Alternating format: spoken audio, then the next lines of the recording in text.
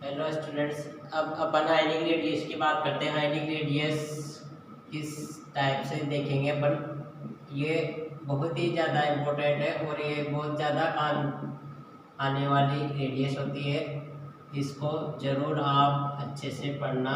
इसके क्वेश्चंस आते हैं, एग्जाम्स में आते हैं और यहाँ पर भी काम आएगी। आयनिक रेडियस, आयनिक रेडियस क्या है?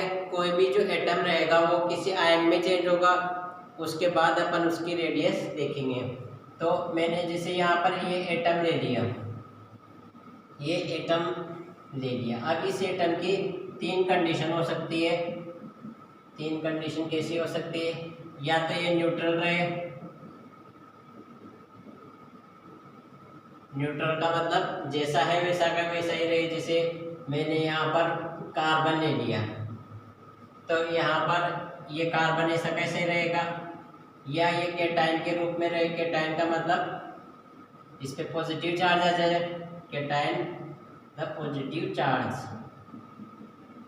केटाइन किसको बोलेंगे अपन केमिस्ट्री में? पॉजिटिव चार्ज स्पीसीज जो रहेगी उसको अपन क्या बोलेंगे? केटाइन बोलेंगे अपन। जिसपे क्या हो? पॉजिटिव चार्ज हो। जैसे कार्बन पे मैंने पॉजिटिव लगा दिया, ये +1 लगा दिए, तो ये क्या हो गया? केटाइन बन गया। या वो एनाइन हो सकता है। एनाइन किसको बोलेंगे अपन? नेगेटिव चार्ज स्पीसीज को।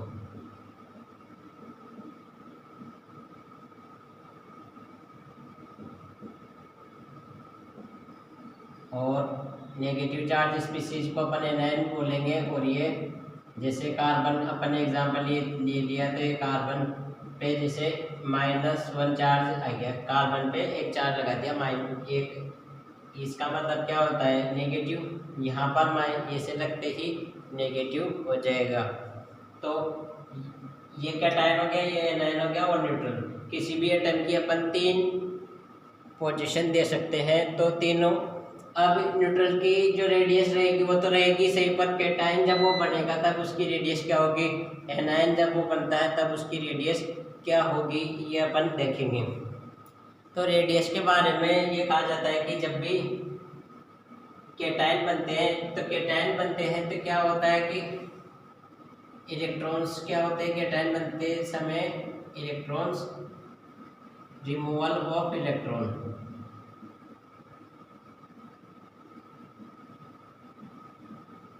इलेक्ट्रॉन्स क्या होते हैं? रिमूव होते हैं। जैसे कार्बन था, कार्बन में से एक इलेक्ट्रॉन मैंने क्या किया?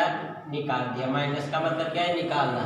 एक इलेक्ट्रॉन निकाल दिया तो ये कार्बन पॉजिटिव में चेंज हो गया, तो ये बन गया कैटायन, रिमूवल ऑफ इलेक्ट्रॉन। तो जब भी इलेक्ट्रॉन्स जब रिमूव होंगे अपने एटम से, तो उसकी रेडियस क्या होगी? कम होगी।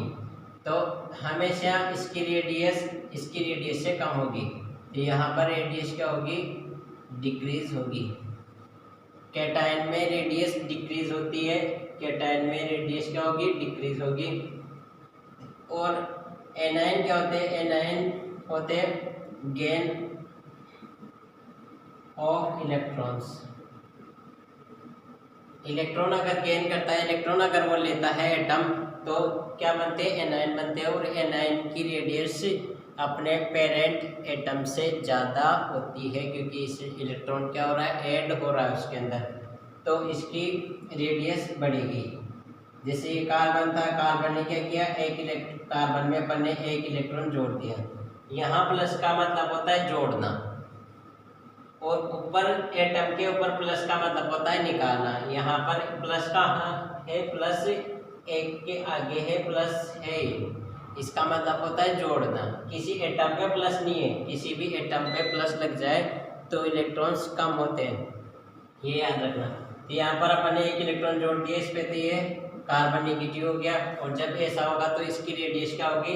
इसकी रेडियस इससे ज़्यादा आएगी।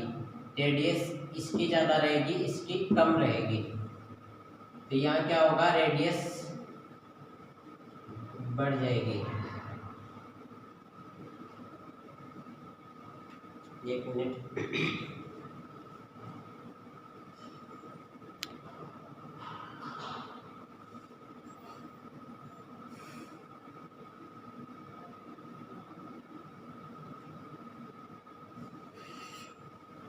आयनिक रेडियस अपन बात कर रहे हैं। आयनिक रेडियस में एटम, न्यूट्रल और कैटायन और एनायन, इन तीन में चेंज हो सकता है। तो कैटायन किसको बोलेंगे? पॉजिटिव चार्ज स्पीशीज को। और इसमें क्या होता है? रिमूवल ऑफ इलेक्ट्रॉन, एक इलेक्ट्रॉन रिमूव होता है। और यहाँ पर नेगेटिव चार्ज स्पीशीज होती है, इसको एनायन का बनते हैं। जबकि कोई भी इलेक्ट्रॉन ले ले तो एनायन बनते हैं, गेन करते हैं इलेक्ट्रॉन को। तो इसमें जैसे कार्बन था, इसमें एक इलेक्ट्रॉन ऐड कर दिया तो कार्बन नेगेटिव हो गया। तो जब भी नेगेटिव होगा तो उसकी रेडियस क्या होगी? बढ़ेगी। और पॉजिटिव होगा तो रेडियस डिक्रीज हो जाएगी। और न्यूट्रल की रेडियस जो रहेगी वही रहेगी। तो ऑर्डर रेडियस का अपन देख सकते हैं यहाँ पर। रेडियस का ऑर्डर अगर अपन देखें तो सबसे ज़्यादा जो रेडियस रहेगी वो एनायन की रहेगी, और फिर कैटायन, फिर न्यूट्रल की, और फिर कैटायन की। जब क्या हो, एटम सेम होना चाहिए। जब अपन ने कार्बन कार्बन लिया हो, एटम क्या होना चाहिए? सेम होना चाहिए।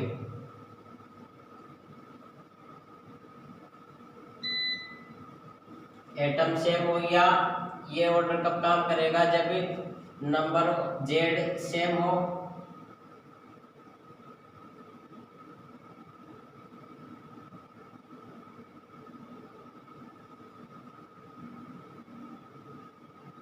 जेड सेम हो या इलेक्ट्रॉन्स क्या हो? सेम हो।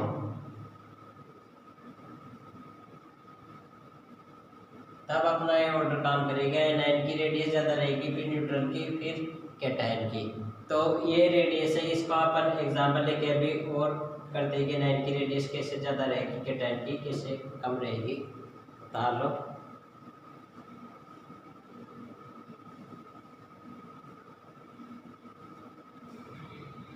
अब अपन बात करते हैं कि रेडियस जो है कैसे डिक्रीज हो रही है, कैसे इंक्रीज हो रही है।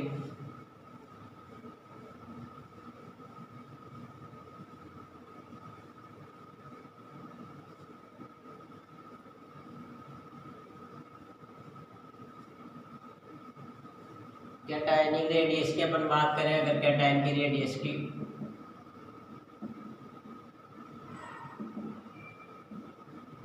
तो ये कैटायनिक रेडियस हमेशा पेरेंट जो एटम है उससे कम आती है। तो यहाँ लिख सकते हैं अपन cationic radius always lesser than parent atom.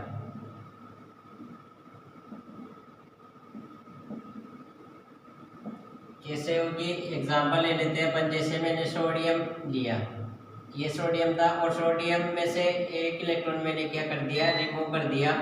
एक इलेक्ट्रॉन रिमूव करते ही ये कैटायन में चेंज कर दी हो गया। एक इलेक्ट्रॉन रिमूव करने के बाद ये कैटायन में चेंज हो गया। अब इसकी रेडियस और इसकी रेडियस की तुलना करें तो किसकी ज़्यादा होगी? इसकी रेडियस कम होगी इसकी तुलना में। ये cationic radius always lesser than parent atom. इसका पेरेंट एटम कौन है? पेरेंट एटम न्यूट्रल स्पीशीज होती है। तो ये पेरेंट एटम है और ये इसका आयन है। तो यहाँ रेडियस के अपन अगर कंपैरिजन करें तो रेडियस सोडियम की ज़्यादा होगी, सोडियम प्लस से।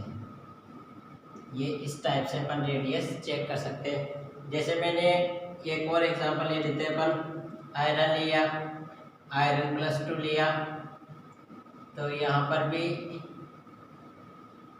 आयरन +3 लिया। तो रेडियस किसकी ज़्यादा होगी? पेरेंट एटम की या न्यूट्रल एटम की। इसकी रेडियस ज़्यादा, फिर इसमें 2 इलेक्ट्रॉन गए तो इसकी इससे कम, और फिर इसमें 3 चले गए तो और इसकी कम हो जाएगी।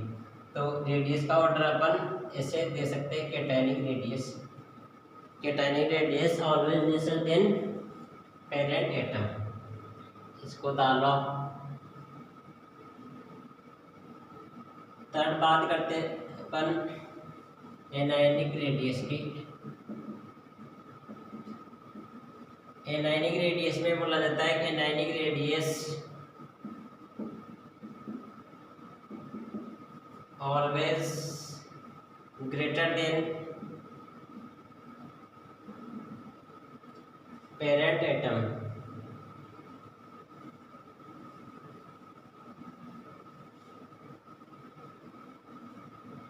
Anionic radius always greater than parent atom, यहाँ पर ये बोला जाता है। अब पेरेंट एटम जैसे अपन एग्जांपल ले लेते हैं, जैसे मैंने ऑक्सीजन लिया, फिर ऑक्सीजन में से एक इलेक्ट्रॉन मैंने निकाल दिया, -1 एक इलेक्ट्रॉन मैंने ऐड कर दिया, तो ऑक्सीजन माइनस, और फिर इसमें 2 इलेक्ट्रॉन ऐड कर दिए, तो ये ऑक्सीजन -2 हो गया।